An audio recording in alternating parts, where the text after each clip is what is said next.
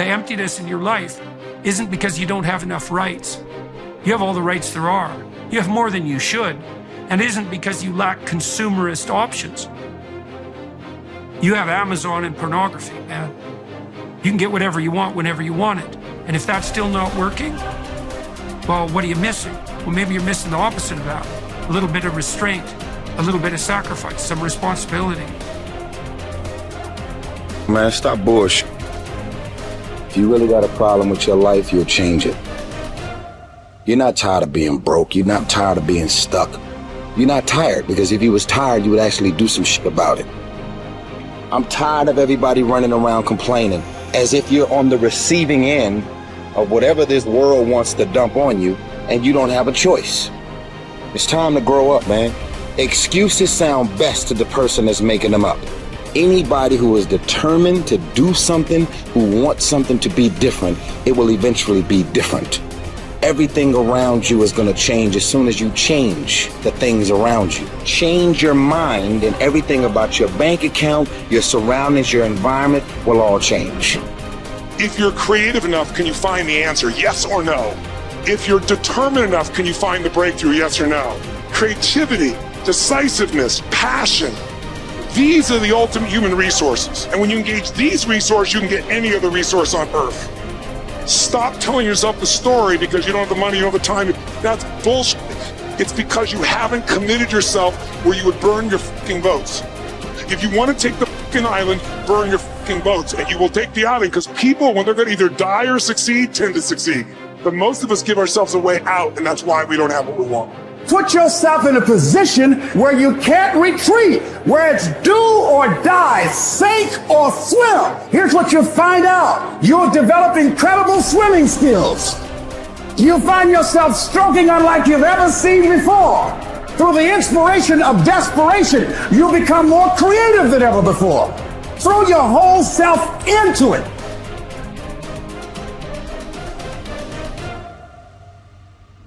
I'm talking about grit. I'm talking about endurance. Just having more stamina than they got.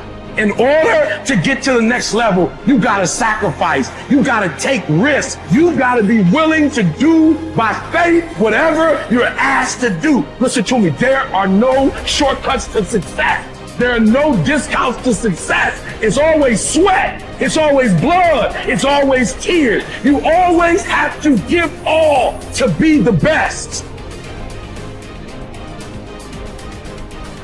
Yes, it's hard, but I ask for it, and I'll do whatever it takes to maintain it. It is not easy, but I'm not about to quit.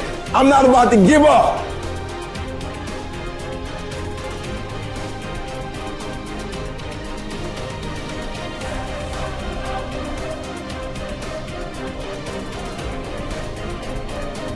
If you've explicitly formulated a set of goals and you're pursuing them, then you've adopted the responsibility to act in a certain manner to make those goals realize themselves. That's responsibility that you've adopted rather than responsibility that's being imposed on you, assuming that you've thought through the goals and you find your spirit in harmony with those goals.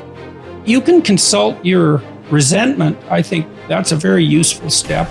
If you find yourself angry and bitter about the things that you are responsible for doing, then that's an indication that you might be operating under some unhealthy compulsion, that you're rebelling, and that's the reason for the resentment against the insistence that you act in a certain way.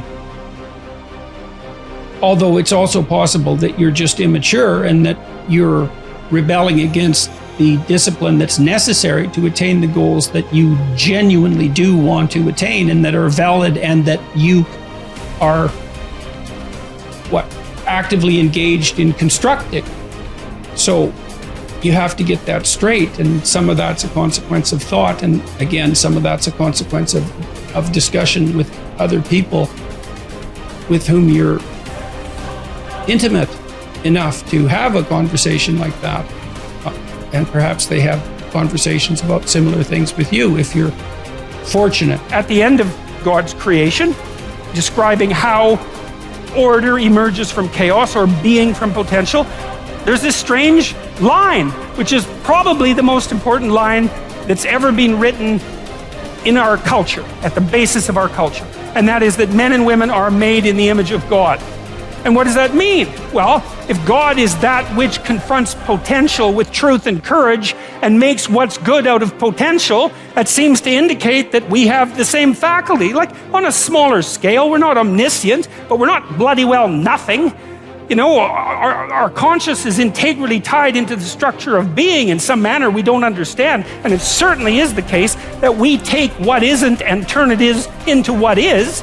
That's something, man. That's quite the trick we've been able to manage. And so we're made in that image. And so what are we supposed to do? Well, that's what we're supposed to do.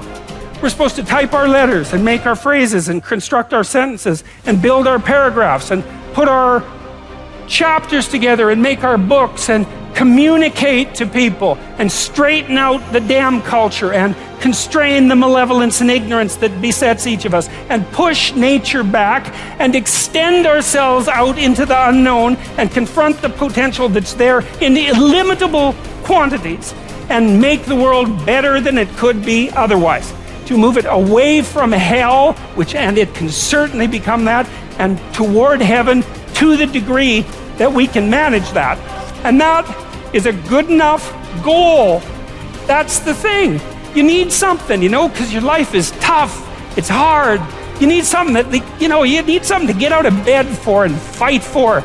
And that's something, right? To fight, let's say, against hell and for heaven.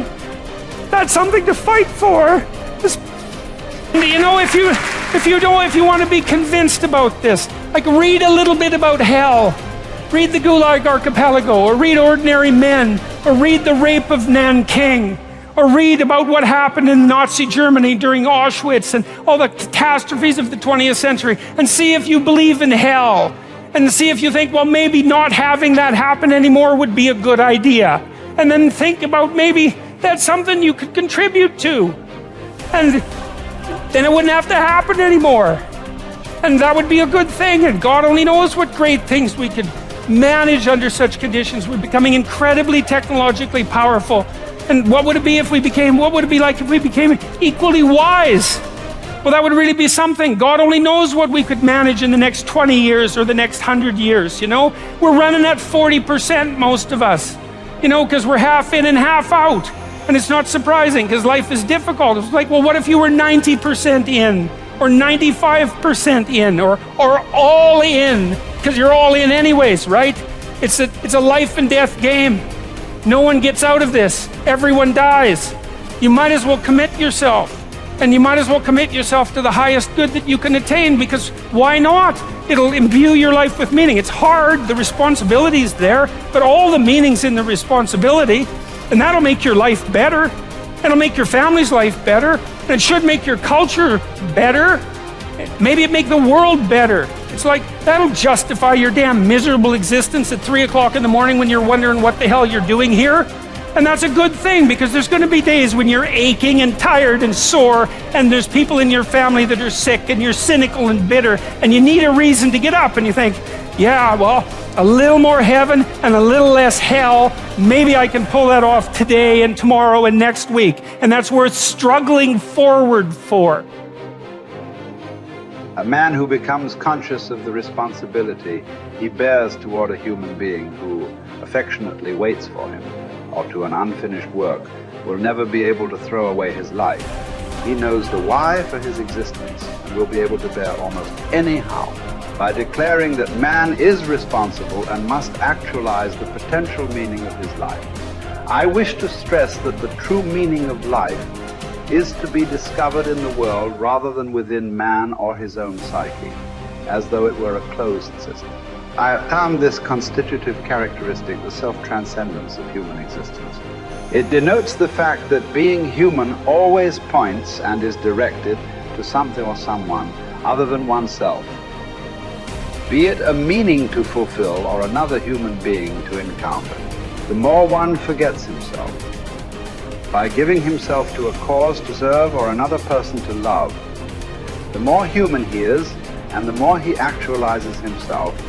What is called self-actualization is not an attainable aim at all.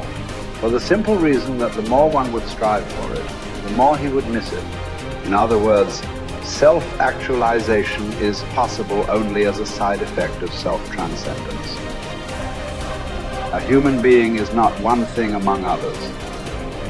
Things determine each other, but man is ultimately self-determining what he becomes within the limits of endowment and environment. He has made out of himself.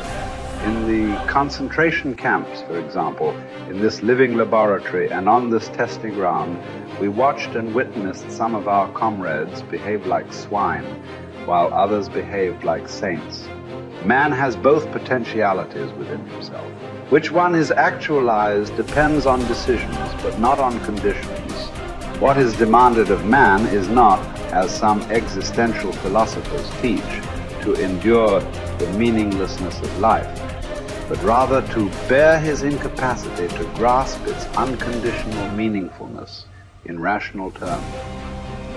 To be sure, man's search for meaning may arouse inner tension rather than inner equilibrium. However, precisely such tension is an indispensable prerequisite of mental health. There is nothing in the world, I venture to say, that would so effectively help one to survive even the worst conditions as the knowledge that there is a meaning in one's life. There is much wisdom in the words of Nietzsche. He who has a why to live for can bear almost any harm. What was really needed was a fundamental change in our attitude toward life. We had to learn ourselves, and furthermore, we had to teach the despairing men that it did not really matter what we expected from life, but rather what life expected from us. We needed to stop asking about the meaning of life, and instead to think of ourselves as those who were being questioned by life daily and hourly. Our answer must consist not in talk and meditation, but in right action and in right conduct. Life ultimately means taking the responsibility to find the right answer to its problems and to fulfill the tasks which it constantly sets for each individual. These tasks, and therefore the meaning of life, differ from man to man and from moment to moment. Thus, it is impossible to define the meaning of life in a general way. Questions about the meaning of life can never be answered by sweeping statements. Life does not mean something vague, but something very real and concrete, just as life's tasks are also very real and concrete.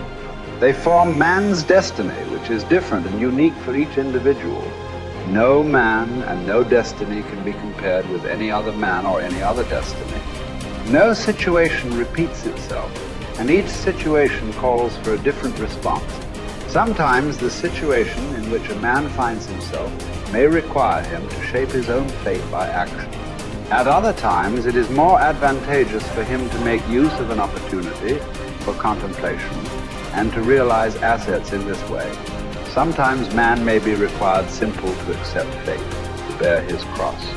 Every situation is distinguished by its uniqueness, and there is always only one right answer to the problem posed by the situation at hand. When a man finds that it is his destiny to suffer, he will have to accept his suffering as his task, his single and unique task.